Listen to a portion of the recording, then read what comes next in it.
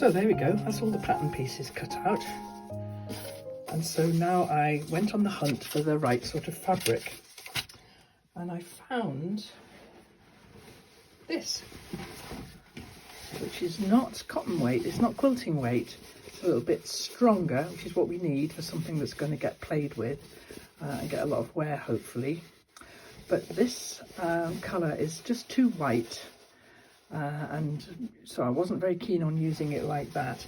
So I cut a piece off and dipped it in tea and let it dry and ironed it, and I think that that looks more like a skin tone rather than the bright white. And as well, I think that if it fades or gets dirty or anything like that, it won't matter. It's a toy to be played with, isn't it?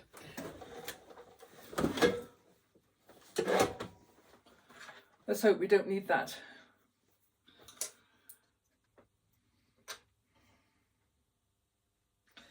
I'm still not very good at popping this bobbin holder straight in to my to the bottom of the dookie here. Still haven't quite got the hang of that. It's a little bit fiddly, so I'm going to edit this bit out.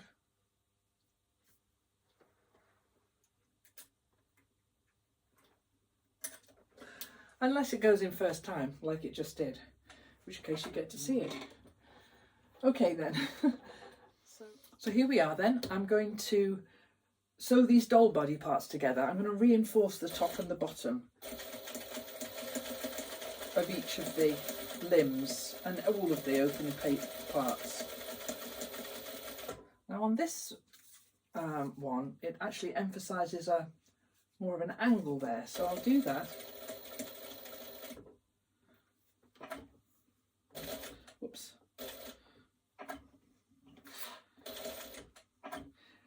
I think I've said before how much I like how slowly this thing will go.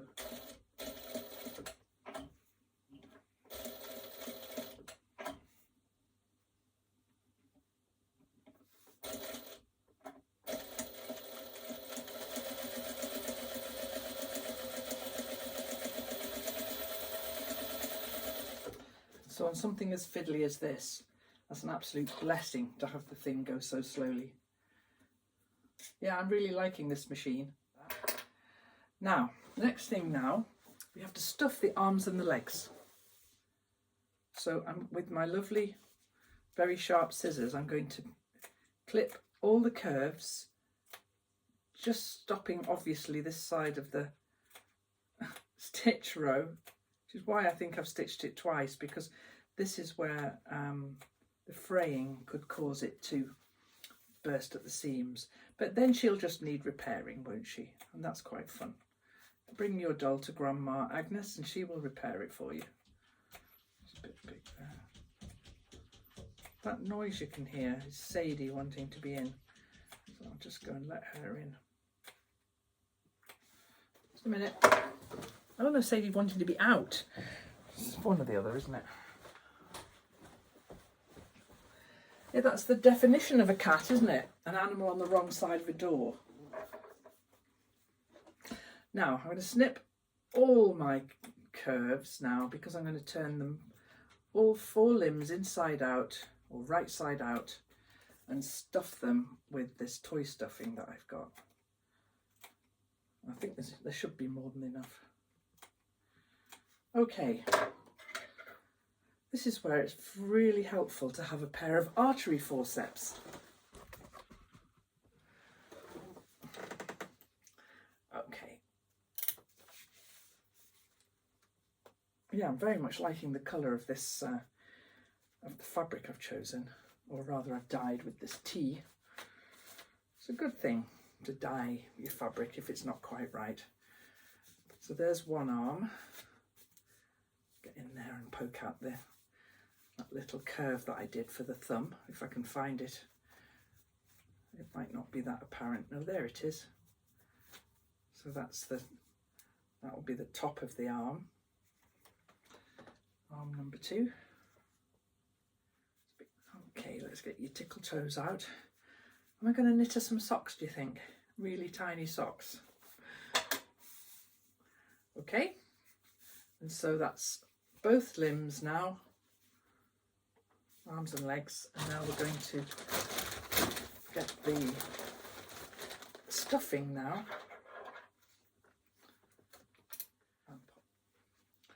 So this is going to take me ages, so I'm going to turn the camera off and I'll come back to you when I've got all these arms and legs stuffed firmly. See you in a minute.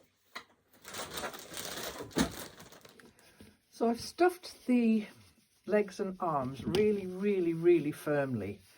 Amie, who wrote the pattern, says that the harder you do the stuffing, the better, you know, the longer the doll will last, basically. But I'm going to weigh them to see if I've got them even. So that's 12 grams and that's 11 grams. So I need to put a bit more in that one. And that's 24 grams. And that's 24 grams. So they're about even. So that's good. So I'll just put a little bit more in this one so that it comes up to the same weight as the other. And I think that's probably, I mean, I can also feel, you know, whether they are even or not. Still 11 grams. So I'll put a tiny bit more stuffing in this one. I'll push it down with my forceps. 12 grams. 12 grams. No, they're fine. But of course I can see that they're correct as well. So I'm going to follow the instructions on Pinterest now to get this next part right, where I can get the arms and the legs attached to the torso. Those legs might be a tiny bit too long. I'll see. I don't want it to be one of those sort of raggy doll things. I want it to have ordinary sized legs. So I might take the leg size down a little. Let's go and do all of that now then. So the sewing instructions are good on the link I'll leave in the description below for the little Pinterest pattern that I found, the free pattern.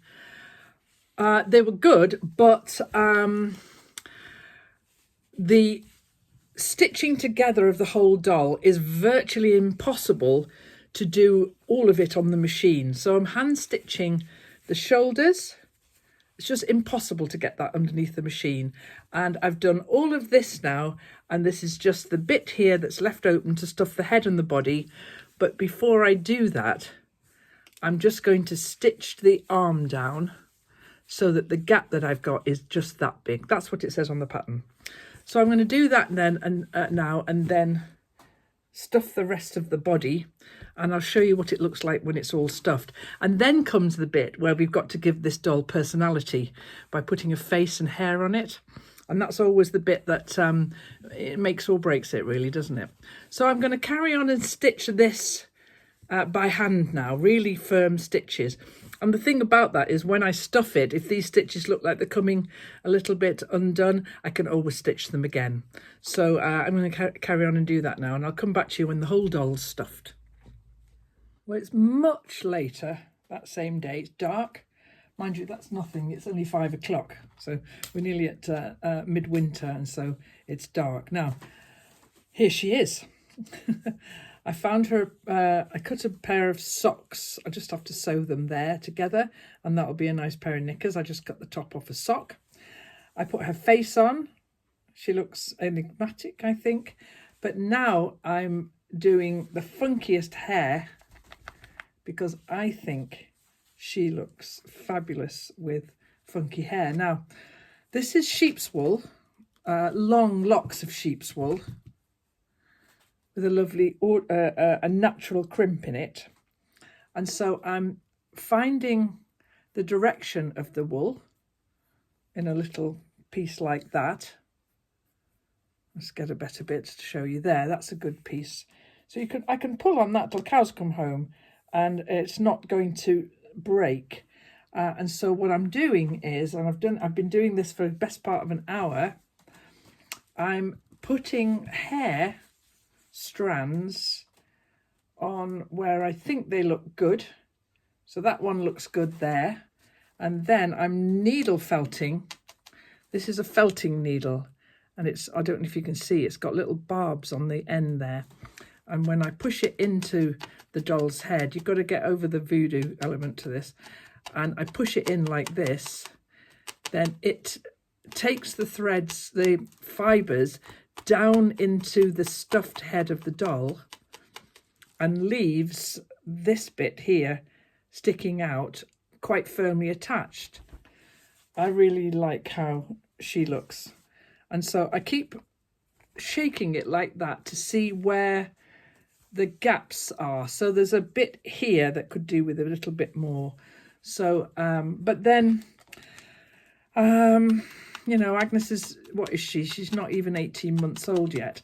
And I'm worried that she is going to pull away at this. But the best part is that if she does and pulls them off, I can always needle felt them back on again. Or we can revert to plan B and have sewn hair. I love how she looks. I absolutely love how she looks. Now there's two really nice curls there. They're gorgeous. And I'll show you again that they're strong. They're really strong, but they have to be strongly attached to the doll. You may have to go down, darling. Thank you. With it, there's a bit there then that's a little bit bald, and we don't want bald.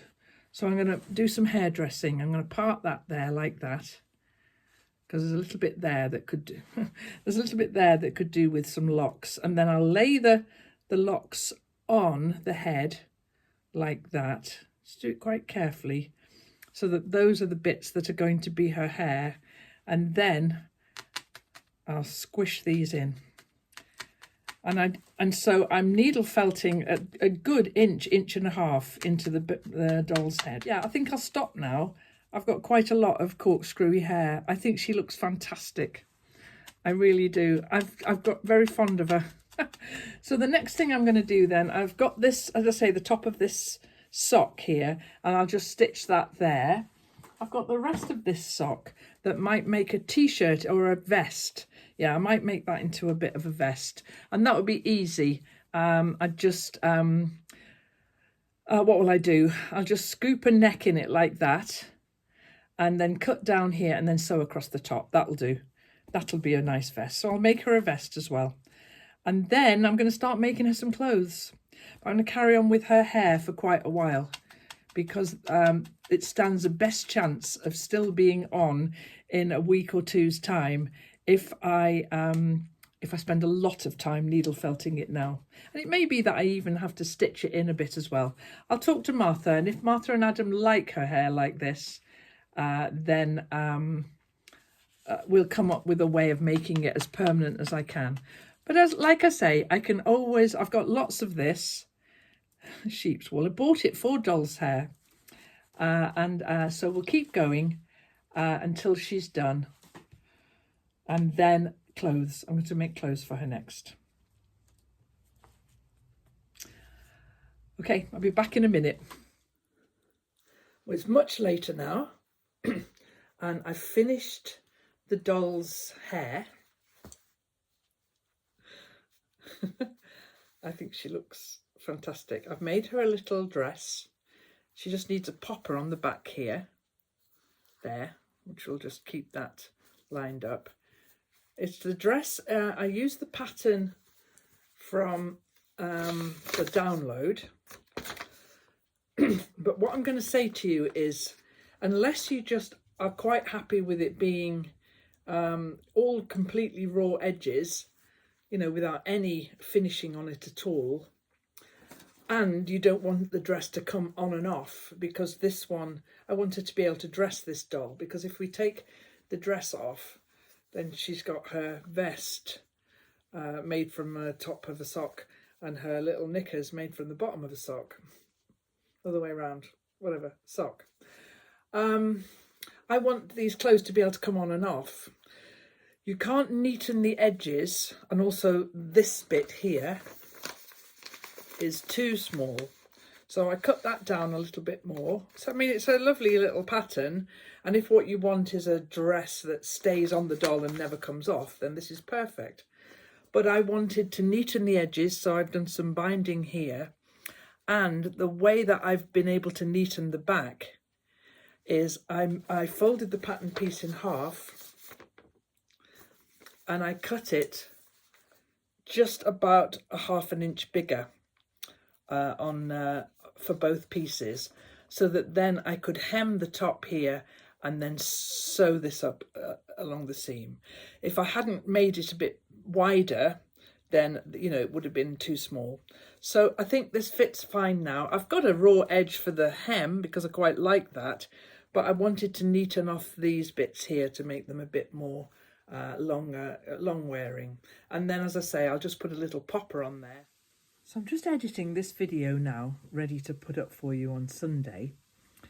And I got to the end of talking about putting on Agnes's doll's hair and making the little dress. But the next sequence of film that I've got is about the little cardigan that I knitted. And I haven't got any film at all of making that. It's here. I made her a little tiny cardigan. And the next bit of film that's coming up is all about blocking this and putting on the buttons and so on. But I didn't mention it at all. Sometimes I just do things and I don't film them. Isn't that scandalous?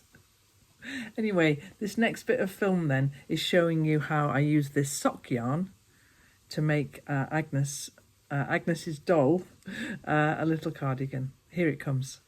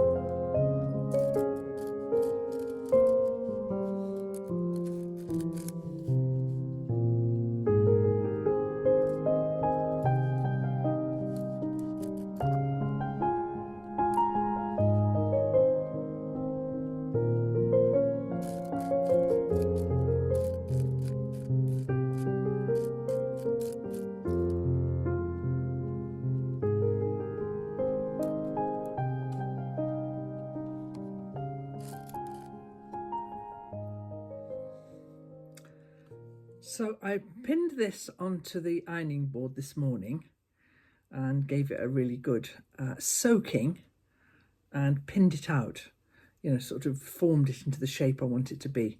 It's still a little bit damp, so I'm not going to worry about it just now. Then I went out and had my hair cut, like you do. And now I'm going to sew the buttons on, if I can find where I've put them. Here they are. So I selected these 3 lovely buttons. They're all different. One's blue, one's a sort of greeny colour, and one's another lovely greeny colour. So I'm going to sew, I've got 3 button holes, so I'm going to sew 3 buttons onto this little cardigan. Okay, there she is. I still haven't got a press stud, but I'm going to find one somewhere in all of this haberdashery nonsense that I've got. I'm sure to find one press stud. I'm going to sew these buttons on then, opposite these 3 buttonholes that I made, if I can find them. I have had such a lovely time making this doll. I really have, and I know that I'm going to make her all sorts of other bits of clothes. Okay, so I'll get back to you when I've sewn these on, when it's dry, and when we can put the whole thing together. That's what I'll do.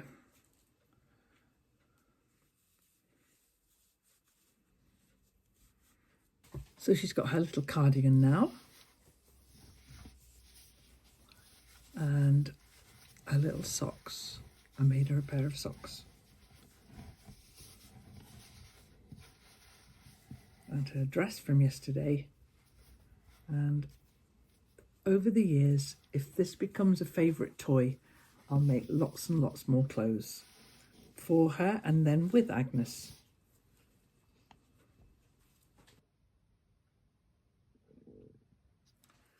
So thanks for watching, and I'll see you next time.